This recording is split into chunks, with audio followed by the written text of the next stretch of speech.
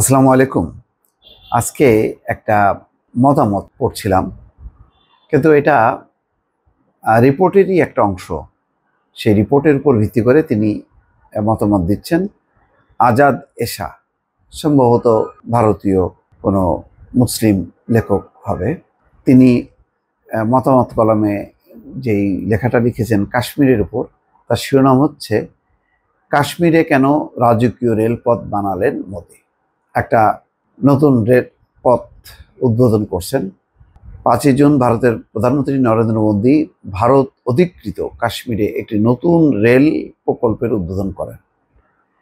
এই উপলক্ষে ভারতের বিভিন্ন মাধ্যমে যেসব দৃশ্য প্রচারিত হয়েছে তাতে দেখা যায় ভারতের জাতীয় পতাকা উঁচু করে ধরে মোদী রেল সেতুর উপর দিয়ে নাটকীয় ভঙ্গিতে হেঁটে যাচ্ছেন, যেন তিনি একজন বিজয়ী সেনাপতি। আসলে যখন কোনো কিছুতে ঘাটতি থাকে তখন ওইটাকে পূরণ করার জন্য নানা রকম অঙ্গভঙ্গি, নানা রকম বিষয় সামনে নিয়ে আসা হয়।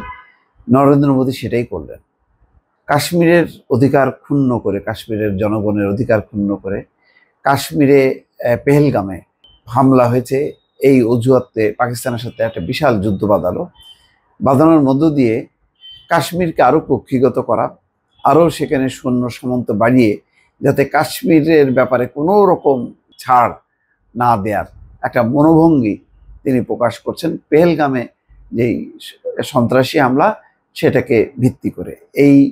এইটা মানে নরেন্দ্র মোদীর জন্য একটা শাপে বর হয়েছে যে এই হামলার পর সে কাশ্মীরে আরও সৈন্য বাড়ানো, আরও সেখানকার জনগণের অধিকার ক্ষুণ্ণ করা, এবং তারই রেলপথ প্রকল্পটি তেমনই এমনভাবে যুক্ত করছে। এটা তিনি বলছেন ভারতীয় প্রকৌশলীরা বিশ্বের সর্বোচ্চ উঁচু সেতু নির্মাণ করেছেন।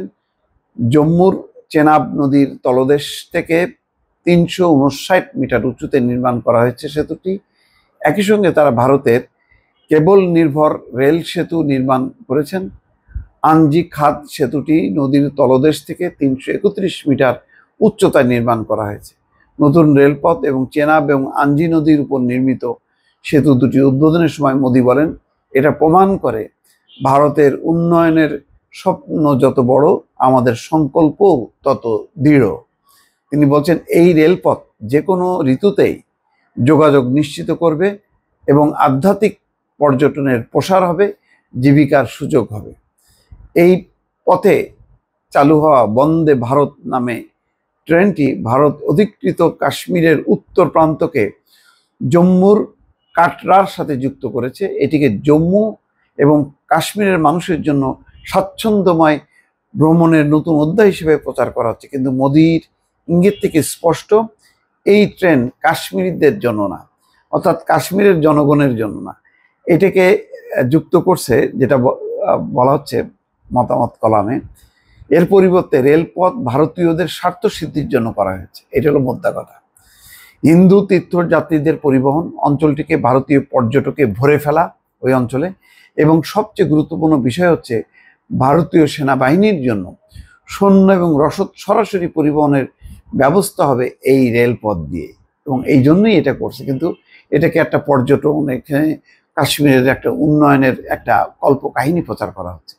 বাস্তবে হচ্ছে এটা যে এটাকে যুক্ত করে, জম্মুর সাথে যুক্ত করে আরও যাতে শূন্য রসদ এবং ওই রেলপথ দিয়ে যাতে ভারতীয় পর্যটকে একদম ভরানো, অর্থাৎ কাশ্মীরের যে কাশ্মীরিদের জন্য তার যে একটা আলাদা স্বতন্ত্র বৈশিষ্ট্য থাকবে সেটাকে নষ্ট করা। জুনের মাঝামাঝি সময় প্রচারিত চ্যানেল 4 এর নতুন তথ্যচিত্রে ভারতকে ধীরে ধীরে কাশ্মীরের উপর নিয়ন্ত্রণ শক্ত করছে। এতে দেখা যাচ্ছে জম্মু এবং কাশ্মীরে ভারতীয় সেনার উপস্থিতি ক্রমেই বাড়ছে। ধারণা করা হয় বর্তমানে সেখানে প্রায় 7.5 লাখ সেনা রয়েছে। সংখ্যাটি ভারতের মোট সেনাবাহিনীর অর্ধেক সেনাবাহিনী রয়েছে কাশ্মীরে।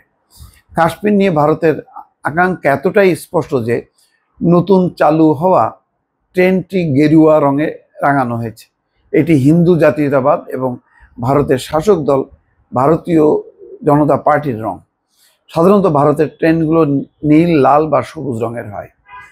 তার মানে সব কিছু দিয়ে একটা প্রমাণ করা যে এটা ভারতীয় জাতীয়তাবাদ, ভারতীয় যে জনতা দল বিজেপির রং, এবং নির্মাণের মূল উদ্দেশ্যটা হলো ভারতীয় পর্যটক দলে দলে পাঠানো, ভারতীয় সৈন্য পাঠানো, রসদ পাঠানো, মানে কাশ্মীরকে আরো কোণঠাসা করা, আরো বিকলাঙ্গ করা। এটাই হচ্ছে আসল খেলা। দর্শক ভালো থাকবেন, আল্লাহ হাফিজ।